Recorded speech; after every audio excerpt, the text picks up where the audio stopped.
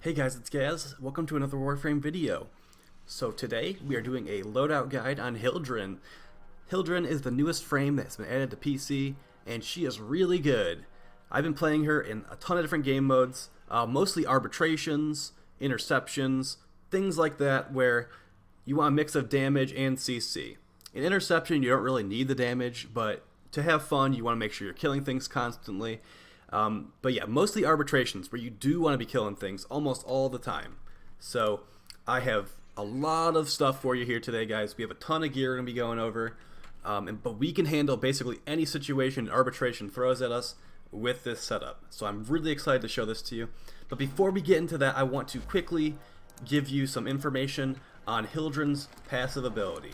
So in my previous video, I showed myself getting destroyed by a Toxic Ancient, but there is some new information that the community found out that if you actually have purple shields on Hildryn, you can tank those toxin procs. So, as long as you have a purple shield, this guy's not going to be able to kill you. If you have a blue shield, like right now, he's going to kill us in one hit.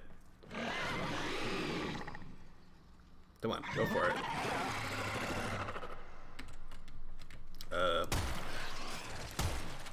There we go. It took him a second, but he was able to kill us. So if we had purple shields there, guys, that would have not happened. So that's the problem, though, is that against Infested, you have not a very wide variety of ways to get purple shields with her own kit. That's why we're going to be bringing weapons into play here, and companions. So for arbitrations, which are permadeath missions, by the way, we need to make sure that we do not die and do not have problems with our health. So we have a lot of gear today we'll be going over. Let's actually start with the frame itself. So we have a high range, high strength build, same one as the last video, and there was definitely flexibility here. As we mentioned before, you could switch overextended for prime vigor. You could put aviator up here.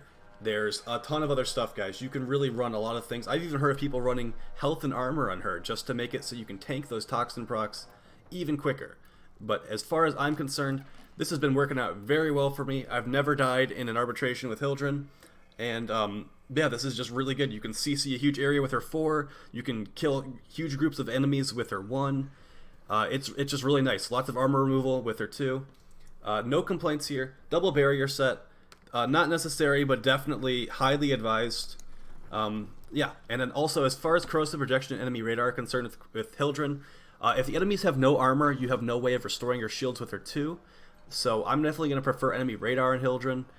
But if you are running a 4 corrosive projection squad, you might just want to go with the flow and use corrosive projection and just use other means of restoring your shield that are not your 2. Because your 2 doesn't really do anything when the enemies have no armor or shield. Okay? So just a quick mention of the corrosive projection with Hildryn.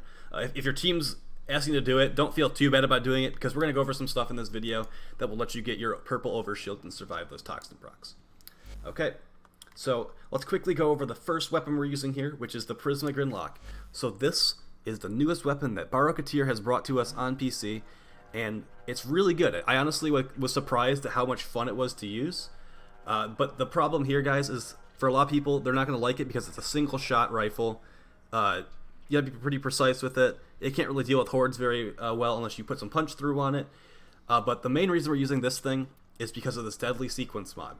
So what this does is it gives you plus 200% critical chance. That's not like plus 200% additive, it's multiplicative. Like it's multiplying how much you have. But the main thing is just the sequence effect. So what this sequence effect does is it gives us a little triangle in the bottom right corner of the screen. And as affinity and death happens, that triangle starts to fill up, and once the triangle is completely filled, we release a radiation damage explosion, and it also gives us a big bump to our shields. That will allow us to get purple shields from our weapon when the enemies have no armor or shields already, okay? So I definitely recommend this. Not necessary, but highly advised. This weapon is very serviceable against high-level enemies in addition, so you're not going to be really hurting yourself too much running this thing. So yeah, that's the primary. If you're going to be running this thing, make sure you run Deadly Sequence, okay? Moving on to the secondary weapon, we have something that's good at dealing with the arbitration drones, because those arbitration drones are the main focus of arbitrations. We have a very hard-hitting Catchmoon Kitgun right now. You could go a little bit faster fire rate if you'd prefer the love tap. Let's quickly show the parts. So we have Catchmoon, Killstream, Haymaker. There's also like something like this, love tap, Catchmoon, Splat. Pretty similar performance, honestly. That is a bugged value right there. Yeah, these are both very powerful. I'll just quickly show you. It does like 8,000 damage with that build, and then this one's doing 11,000. So it is a good amount of damage you're losing compared to these two parts, but the fire rate increase is very nice. This is just for dealing with hordes and killing the drone, but we also have other ways of dealing with the drone in this loadout, and I will be displaying those shortly. And then the main focus of this build, basically what the entire build is built around, is the Rakta Dark Dagger. So what the Rakta Dark Dagger does is it's a radiation-based dagger weapon, and it has an augment mod that doesn't really matter too much. It just gives you an additional status chance. That +1 blight is actually bad for us here because we want to be proccing sequence and not blight. But honestly, it's like whatever. We usually won't have this thing out for too long. But yeah, covert lethality, and that's basically it. So like the main focus of this weapon, guys, is when you strike an enemy with this weapon that's affected by a radiation proc, it will restore shields to you and gives you overshields equal to 5% of the damage dealt. So we have 510 damage here, and we have things like condition overload and drifting contact to make it so we're getting combo counters and stuff that are going to make this a lot higher than 510. So we will be getting our huge overshield by just hitting people with this thing pretty quickly. Additionally, if you do a finisher on an enemy affected by a radiation proc with this weapon, it will give you maximum overshields immediately. So if we're at like 10 shields with Hildryn, we do a radiation proc finisher on an enemy, we're going to go to 5,000 shields instantly, guys. So that is a very important thing with this build. It's going to let you survive against those infested. Pretty simple. And we're just doubling down on that right now. We are going to be using the Vazarin Focus School since Hildryn does not need Xeneric. And the main nodes we're caring about here are these two. So Protective Dash. This will allow you to dash through the defense objective, or dash through an Inaros making a sandwich, or dash through whoever and heal them 60% and give them invincibility for 5 seconds. So that Inaros can finish his sandwich in peace. Okay, so that's the main thing here. Helping us become a very powerful support, buffing our teammates' shields, healing people, being just really nice and like a treasure to be around. Additionally, this is the other crux of this build, is the Sonic Dash node. So this will allow you to dash through an enemy and set them up for standing finishers, which is really good with our Rakta Dark Dagger. Let's quickly display how that works. The description is not very clear in the actual focus tree, so we're going to quickly just... we'll just do attack, whatever. I was about to spawn a gunner, but this works too. Okay, so we want to first proc radiation on him. Okay, I didn't even mean to do that, but we just stabbed him in the face, and we are full overshields. It's that easy.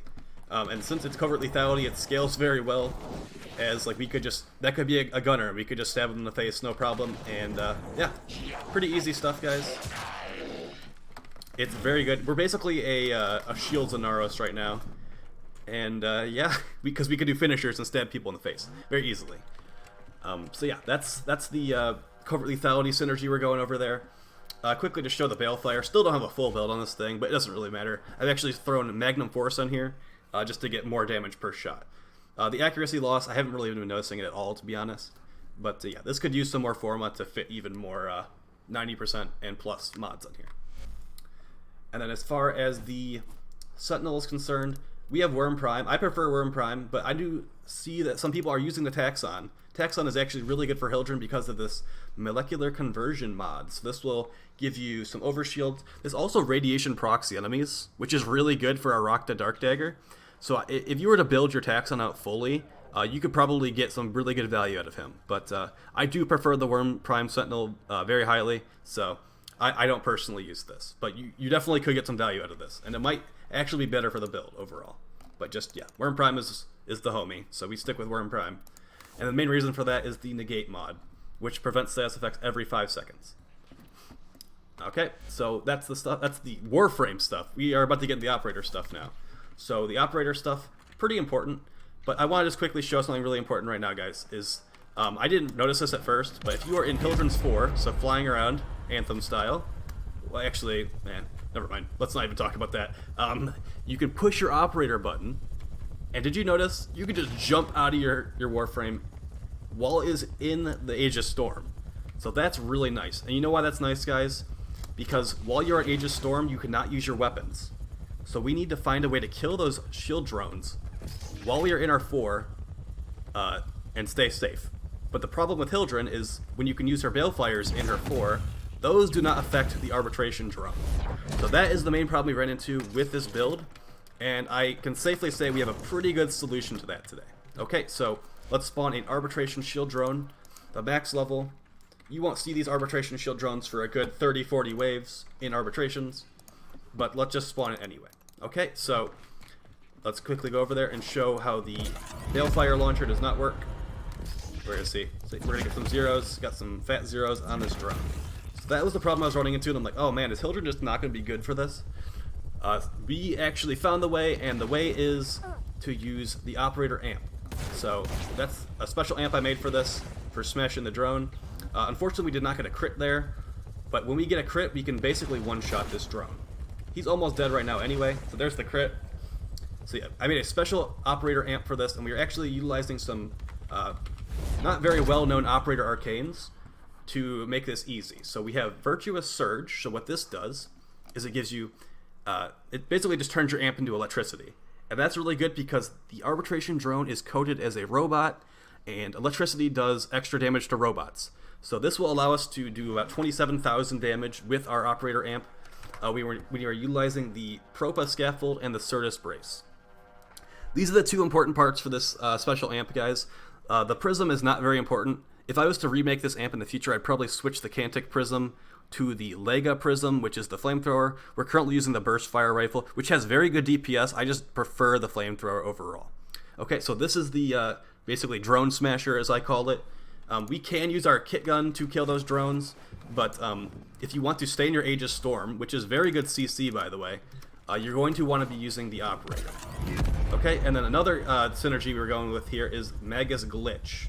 So transference static actually is a huge problem for Hildryn, because when you get knocked back to your operator, or get knocked back to your Warframe, sorry, it removes your entire shield. So if we did not have this special arcane called Magus glitch equipped, we would actually be taking the transference static, which would remove our entire shield and reduce our health. So this is a staple of the build if you are using the operator for this. Because what we can do is we can have the drone spawn, and then we can use some of our electricity attacks, knock our operator back to our frame, and we are just good to go. We killed that drone, we can start using our Balefire launcher on the enemies, no problem.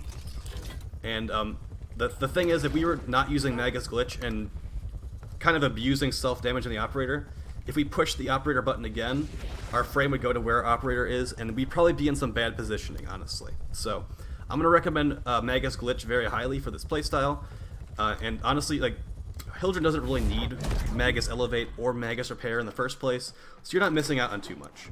Another thing with Magus lockdown was another option for this build, but the problem with Magus lockdown is that it actually prevents you from doing finishers on enemies. So we decide not to go with that, although if you are not using the finishers with the Rakta Dark Dagger, you can get some value out of that. Okay, guys? So that's basically it. Let's go over a couple little things. Yeah, I was doing a mission the other day at Arbitration, and I found that this is probably one of the best combos I've seen. So if you have a Trinity in your squad, and you are in your 4 flying around, and that Trinity is watching your health bar, that Trinity can use her blessing to get you back to full health, and you can just keep spamming your shots. It's really awesome. This is one of the best synergies in the game that I've found, as far as a 2-frame combo.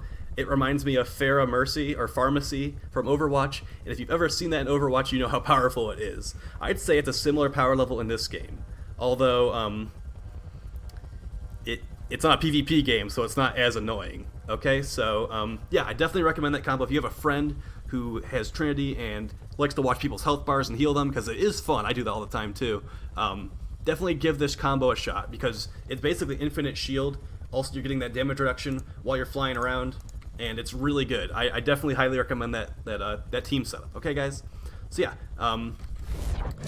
there's a little bit of like a safety issue with this build if you are not using all this gear and you don't have the barrier sets, because the way that these enemies are, they're going to be really high level when we're fighting them, and not having arcanes can be a bit scary. Okay, so let's do some high level bombards. These guys should one-shot us because they are not doing like small amounts of damage. They're doing one big damage proc up front. Let's see if it kills us. Did about 2,000 damage there. Alright, let's see, now we're low. Now we need to get our finisher on this guy. Let's try to proc radiation first. Alright, does he have radiation on him? He does. Okay, it has to be a standing finisher. There we go, now we're at 5,000 overshields. Easy. Alright, so like situations like this, you're going to want that Rakta Dark Dagger to stay safe. Because there's going to be times, guys, where you're getting surrounded by enemies and you need to jump into the operator. Another reason why Magus glitch is very important, because if you get one shot in your operator, you don't want to get knocked back to your frame and have no shield, okay? So very important. You can also abuse the self-damage to just go back to your operator, back to your Warframe instantly, and I'd highly recommend it. I think we covered everything in this video, guys. No gameplay, just because arbitrations take a long time, and I just wanted to make sure I showed this. If you don't have the Rakta Dark Dagger, which I do highly recommend, there is a Zaw Dagger that you can build that has very fast finishers, and this is one of the fastest ones available, so... Bala, Pei, Vargeet, Jai 2. You can try it. I definitely recommend the Dark Dagger, but I mean, it's an option as well. Okay? So yeah, you guys have a nice night. Please like, share, and subscribe. Please like the video. It does help people see this stuff a lot better. And yeah, I will see you in the next video, guys, very soon. So peace.